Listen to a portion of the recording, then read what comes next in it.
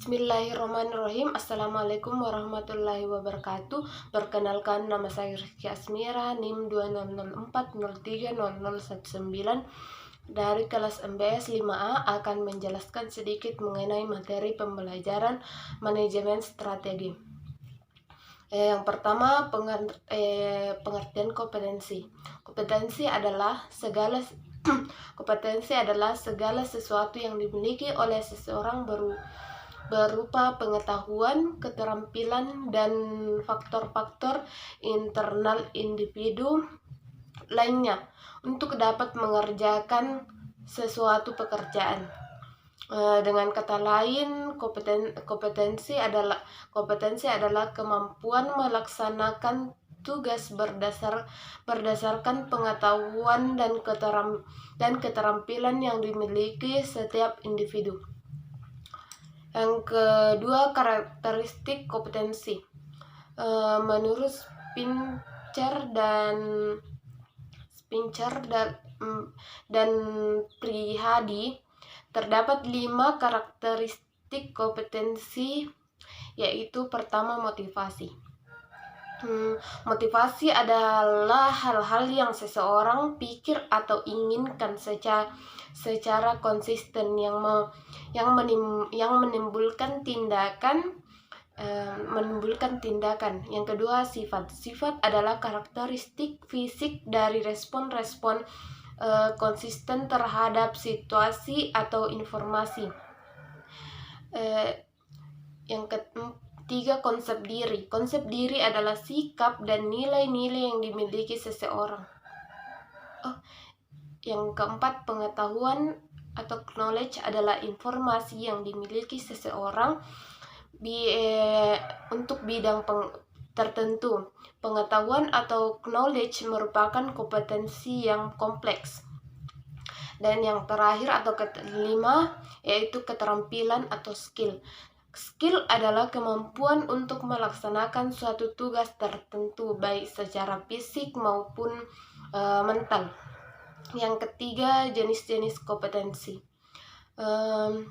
Menurut Kunandar, kompetensi dapat dibagi menjadi 5 bagian, yakni kompetensi intelektual. Kompetensi intelektual adalah berbagai perangkat pengetahuan yang ada pada individu yang diperlukan untuk menunjang kinerja. Kompetensi fisik, yakni perangkat kemampuan fisik yang diperlukan untuk pelaksanaan tugas. Yang ketiga, kompetensi pribadi, yakni perangkat perilaku yang berkaitan dengan kemampuan individu dalam mewujudkan diri, transformasi diri, identitas diri, dan pemahaman diri. Yang keempat, kompetensi sosial. Kompetensi sosial yaitu perangkat perilaku tertentu yang merupakan dasar dari pemahaman diri sebagai bagian yang tidak terpisahkan dari lingkungan sosial. Yang terakhir, kompetensi spiritual yakni pemahaman, penghayatan, serta pengalaman kaidah-kaidah keagamaan. Yang keempat, manfaat kompetensi pegawai. Manfaat kompetensi sangat diperlukan setiap organisasi, terutama untuk meningkatkan kinerja.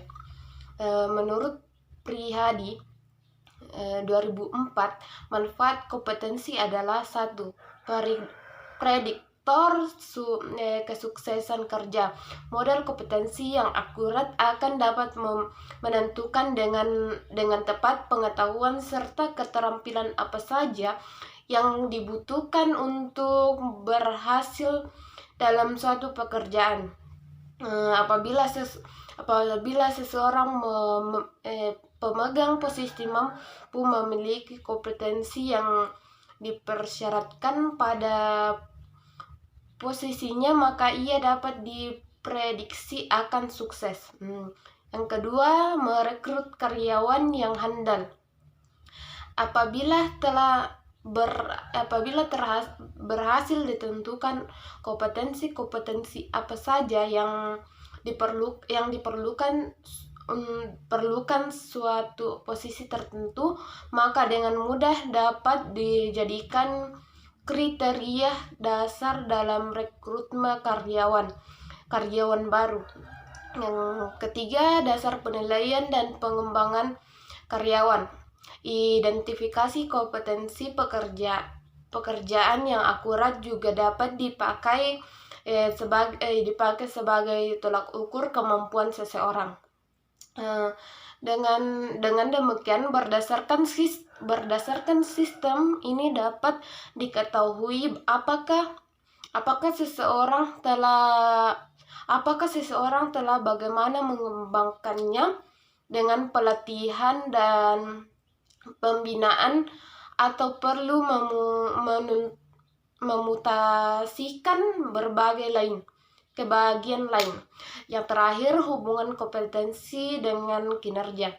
Hubungan kompetensi dengan kinerja menurut Suhar Saputra 2010 yang menjelaskan bahwa faktor kemampuan kompetensi dapat mempengaruhi kinerja karena dengan kemampuan yang tinggi maka kinerja pegawai pun akan tercapai.